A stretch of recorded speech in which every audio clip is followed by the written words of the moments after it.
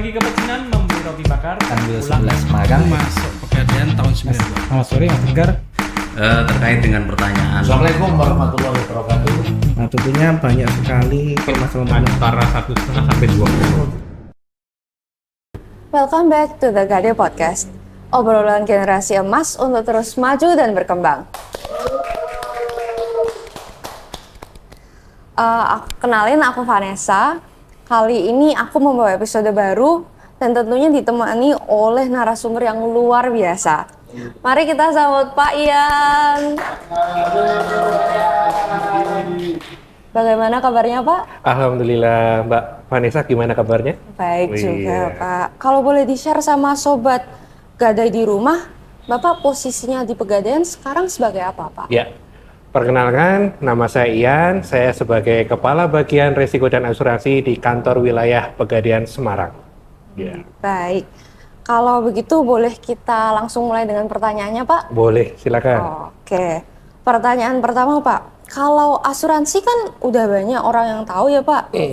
Kalau resiko kredit itu sendiri apa ya Pak? Dan urgensinya itu apa Pak? Ya, kalau untuk resiko kredit itu sendiri adalah potensi gagal bayar atau mungkin resiko kerugian atas potensi kegagalan pembayaran dari nasabah.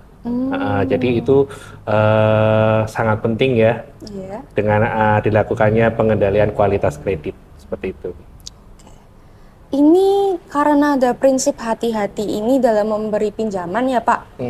Apa berarti ini bentuk ketidakpercayaan Pegadaian terhadap nasabah Pak? Oh, bukan. Jadi bukan Pegadaian nggak percaya, bukan. Tapi memang kalau setiap kali kita mau melakukan pemberian pinjaman atau pencairan pinjaman, kita harus melewati tahap-tahapnya. Jadi nggak serta-merta kita langsung ngasih tanpa kita telaah terlebih dahulu, itu enggak. Jadi memang melewati tahap-tahap tertentu sesuai dengan aturan yang berlaku di Pegadaian. Gitu. Wujud dari prinsip kehati-hatian perusahaan sendiri itu apa Pak? Jadi kalau di Pegadaian, ketika kita akan melakukan pemberian kredit, terutama untuk sektor mikro, itu kita harus melakukan tahap-tahap survei atau analisa terlebih dahulu. Jadi kita pre-screening dulu nih. Jadi biar kita untuk Pegadaian itu bisa memberikan pinjaman itu tepat sasaran dan tepat dengan kebutuhannya. Ya, jadi biar nasabah itu juga mendapatkan besaran pinjaman atau bantuan pemberian pinjaman itu sesuai dengan kebutuhannya, gitu. Oke Pak. Terus ini berarti setelah screening, terus akhirnya ada pencairan ya Pak? Iya. Kalau sudah pencairan itu apa nasabah dilepas begitu aja Pak? Atau ada metode pembinaan kredit offsite atau onsite? Oh ya, jadi setelah kalau di Pegadaian, setelah pencairan kredit itu nggak kita lepas begitu aja. Jadi memang tujuan dari Pegadaian itu kan untuk membantu ya, menaikkan kelas gitu kan. Jadi setelah pencairan itu kita bantu untuk membina nasabah. Jadi semisal nih kalau mamanya nasabah perlu konsultasi kayak gitu kan, itu bisa. Kita juga melakukan kunjungan, walaupun mungkin nasabahnya udah lancar, kita tetap melakukan kunjungan. Jadi melakukan pembinaan kepada nasabah seperti itu. Jadi biar membantu untuk nasabah itu biar naik kelas usahanya makin maju. Ini sifatnya berarti harus berkala ya Pak? Ya, jadi nanti setelah pencairan, apalagi mungkin semisal nasabah kadang kesulitan kayak gitu kan, kadang kayak kemarin di tahun-tahun kemarin ada COVID-19 kayak gitu, itu kita juga memberikan peranan, memberikan bantuan kepada nasabah keringanan apabila semisal mengangsurnya agak keberatan, kita melakukan restrukturisasi kredit gitu. Jadi membantu nasabah-nasabah Pegadaian yang tadinya mengalami kesulitan, kita carikan solusi bareng-bareng kayak gitu. Berarti kalau mau pinjam di Pegadaian nggak usah takut ya Nggak Pak? usah Pasti takut. dibantu ya? Iya. Oke. Lanjut nih Pak, dari pembinaan kredit. Pegadaian tuh nagih ke nasabah caranya gimana Pak? Sampai gedor-gedor pintu gitu nggak Pak? Oh, enggak. Jadi kalau untuk di Pegadaian selama nasabahnya masih kooperatif, kita kan collection atau penagihan atau mengingatkan ya, semisal ya, mengingatkan sama nasabah itu ya, kita pertama ya soft collection dulu. Kita kan kadang kita SMS dulu, kita WA dulu, gimana kabarnya Bu? Terus kita hanya sekedar mengingatkan dulu. Dan nanti kalau semisal itu mungkin lanjut kedua mungkin pengiriman surat.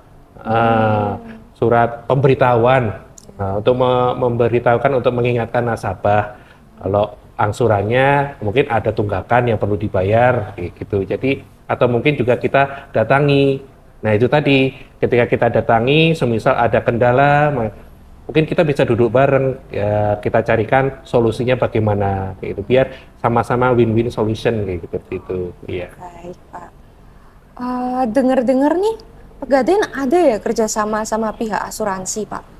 Oh ya, jadi ada produk-produk Pegadaian itu yang ada asuransinya. Jadi salah satunya itu produknya namanya Emasku. Nah, itu kalau Emasku itu beli emas batangan, emas yang 24 karat itu nanti juga ada tambahan cover asuransi.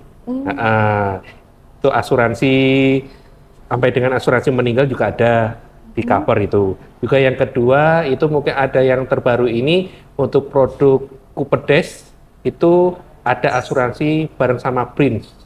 Itu Prince dari BRI. Karena memang kita kan memang sudah holding dengan BRI Group ya. Gitu. Jadi untuk asuransinya itu namanya asuransi rumahku.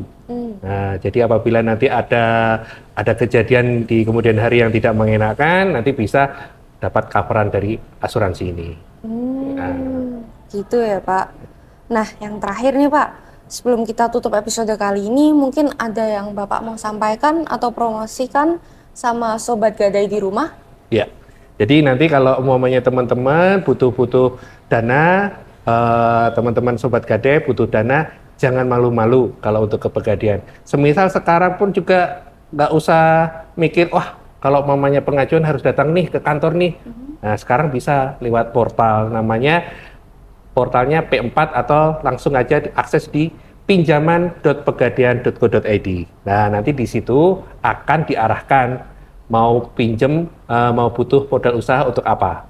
Ya, jadi mulai dari pembiayaan, mau beli sepeda motor, mobil, ataupun mungkin tambah modal usaha, di situ ada semua. Nanti tinggal pengajuan aja di situ. Langsung diakses, langsung memilih tempat outlet yang mau dituju, nanti tinggal menunggu dari tim kami untuk datang untuk melakukan survei awal. Begitu. Kalau modal buat nikah bisa nggak Pak? Hah? Buat nikah? Bisa, kalau untuk modal nikah nanti tinggal bawa aja perhiasan atau mungkin barang-barang yang berharga, gadai aja di Pegadaian. Cuma 15 menit, dana cair. Gitu. Simpel banget ya Pak. Simpel banget, iya. Oke teman-teman, sepertinya untuk sekarang ini saja yang kita sampaikan. Sampai bertemu di episode selanjutnya. Terima kasih.